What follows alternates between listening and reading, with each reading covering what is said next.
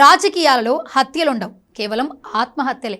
పార్టీల పతనానికి కారణం ప్రత్యర్థులే కావాల్సిన పనిలేదు. మన అడుగులే మనల్ని ముంచేయచ్చు. ప్రస్తుతానికి బీజేపీది అదే పరిస్థితి. ఎప్పుడో వేసిన తప్పటడుగులు ఇప్పుడు తడబాటును కలిగిస్తున్నాయి.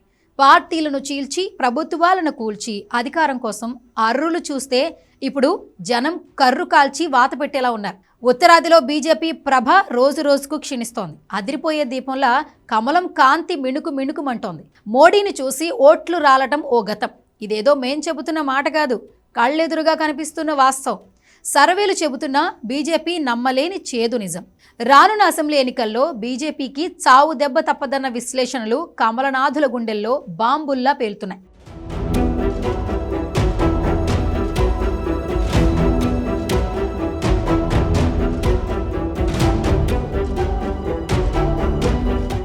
బీజేపీ అంటే ఒకప్పుడు అద్వానీ, వాజ్పేయి. ఆ తరం కనుమరుగైపోయింది. నాటి నేతలు నేటి రాజకీయ ఒరవడిని తట్టుకోలేక తప్పుకున్నారు. 2014 నుంచి మోదీ శకం ప్రారంభమైంది. క్రీస్తు పూర్వం క్రీస్తు శకం అని చెప్పినట్లు బీజేపీ చరిత్రలో మోదీకి ముందు తరువాత అని చెప్పుకునేలా పరిస్థితి మారిపోయింది. ముచ్చటగా మూడోసారి గెలిచి అధికారం చేపట్టింది బీజేపీ. కానీ ఈసారి గెలుపు అంత సులభంగా రాలేదు. చావు తప్పి కన్నులొట్టపోయింది. చంద్రబాబు, నితీష్ లాంటి వాళ్ల దయతో బయటపడ్డారు మోదీ. కానీ ఇది శాంపిల్ మాత్రమే. ముందుంది ముసళ్ల పండగ.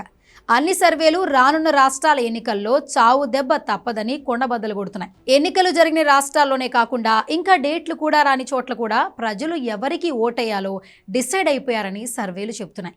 288 స్థానాలున్న మహారాష్ట్రలో బీజేపీ కూటమి 100 దాటడం కష్టం అంటున్నారంటే పరిస్థితి ఏ స్థాయిలో ఉందో అర్థం చేసుకోవచ్చు. హర్యానా, కశ్మీర్, జార్ఖండ్, పశ్చిమ బెంగాల్, తమిళనాడు ఇలా ఎన్నికలు జరిగే దాదాపు అన్ని రాష్ట్రాల్లో కమలం చావు దెబ్బ తింటుందనేది సర్వేల సారాంశం.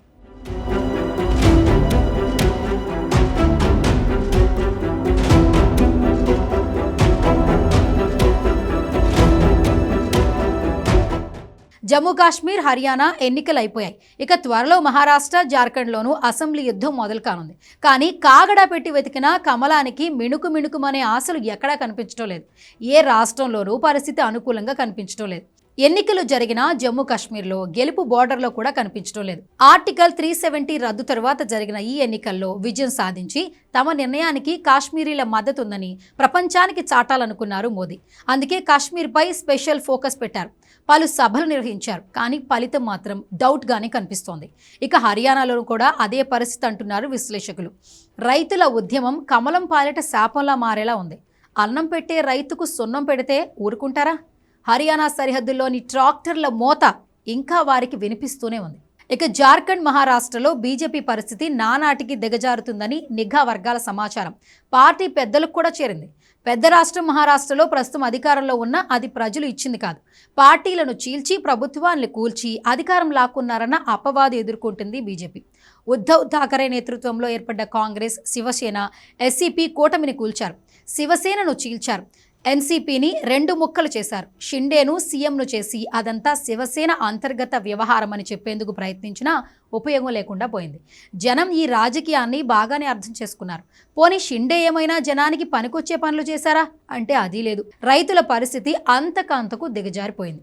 మహారాష్ట్ర రైతుల ఓట్ల కోసమే ఉల్లి ఎగుమతులపై ఆంక్షలు కూడా తొలగించారు. కానీ వాత పెట్టి వెన్న పూస్తే అది రైతులకు అర్థం కాదా? ఇప్పటికే లోక్సభ ఎన్నికల్లో బీజేపీ కూటమిని చావు దెబ్బ కొట్టారు మహారాష్ట్రీయులు. మరోసారి అదే పరాభవం ఎదురవుతుందేమోనన్న భయంలో ఉంది బీజేపీ.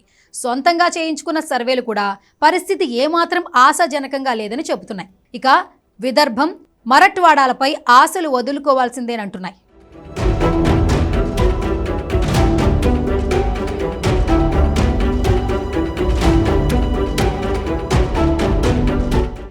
జార్ఖండ్లో అదే పరిస్థితి. హేమంత్ సోరెన్ అరెస్టు తరువాత జీఎంఏపై సానుభూతి పెరిగింది. దీన్ని దెబ్బకొట్టడానికి చంపై సోరెన్ను కూల్చారు. కానీ ఇది మరింత ప్రతికూలంగా మారేలా కనిపిస్తోంది. అన్ని సర్వేలు మోదీకి వ్యతిరేకంగానే ఉన్నాయి. మోదీ అంటే బీజేపీ, బీజేపీ అంటే మోదీ. ఒకప్పుడు ఇదే నినాదం ఓట్లు రాల్చింది. కానీ ఇప్పుడు ఆ పరిస్థితి కనిపించడం లేదు. మొన్నటి ఎన్నికల్లో ఇది స్పష్టంగా కనిపించింది. జనం ఆలోచించడం మొదలుపెట్టారు. కేంద్రంలోని బీజేపీ చేస్తున్న అభివృద్ధి పనుల కన్నా అధికారం కోసం దిగజారటమే హైలైట్ అవుతోంది. కేంద్ర దర్యాప్తు సంస్థలను దుర్వినియోగం చేస్తున్న విషయం నార్త్ ఇండియన్లకు అర్థమైపోయింది. ఒకప్పుడు బీజేపీ రాష్ట్ర స్థాయి నేతలంటే పార్టీ పెద్దలతో సఖ్యతగా ఉన్నా తమకంటూ ఒక వ్యక్తిత్వంతో ఉండేవారు. కానీ ఇప్పుడు మహారాష్ట్రలో దేవేంద్ర ఫడ్నవీస్ లాంటి నేతలు కూడా హైకమాండ్కు జ్యూజూర్ అంటున్నారు. ఇవన్నీ ప్రజలు గమనించడం లేదని మనం అనుకుంటే అది పొరపాటే. రాముడు ఓట్లు రాల్చే రోజులు పోయాయి. ఉత్తరప్రదేశ్లో ఇటీవల లోక్సభ ఎన్నికల ఫలితాలు చెప్తున్నాయి. అయోధ్య రామయ్య కొలువై ఉన్న చోట కమలం వాడిపోయింది. ప్రజలు మతాన్ని నమ్ముతారు కానీ దాన్ని ఒక్కదాన్ని నమ్ముతారు అనుకోకూడదు. ఇక మధ్యతరగతిలో కూడా కమలంపై విశ్వాసం సన్నగిలుతోంది. అవినీతి మరకలు లేవని చెప్పుకోవడం తప్ప జనానికి చేసిందేమీ పెద్దగా కనిపించడం లేదు. వ్యాపారస్తులు బాగుపడడం, స్టాక్ మార్కెట్లలో ర్యాలీ అభివృద్ధికి సంకేతం కాదు. ప్రజల జీవన ప్రమాణాల్లో మెరుగుదల లేనప్పుడు మిగిలిన మెరుపులన్నీ తాత్కాలికమే.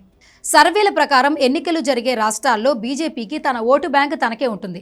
కానీ న్యూట్రల్ ఓటు ప్రత్యామ్నాయం చూసుకుంటుంది. కాంగ్రెస్పై ప్రేమతో ప్రజలు బీజేపీని వ్యతిరేకించడం లేదు. బీజేపీపై కోపంతో ప్రత్యామ్నాయం చూసుకుంటున్నారు.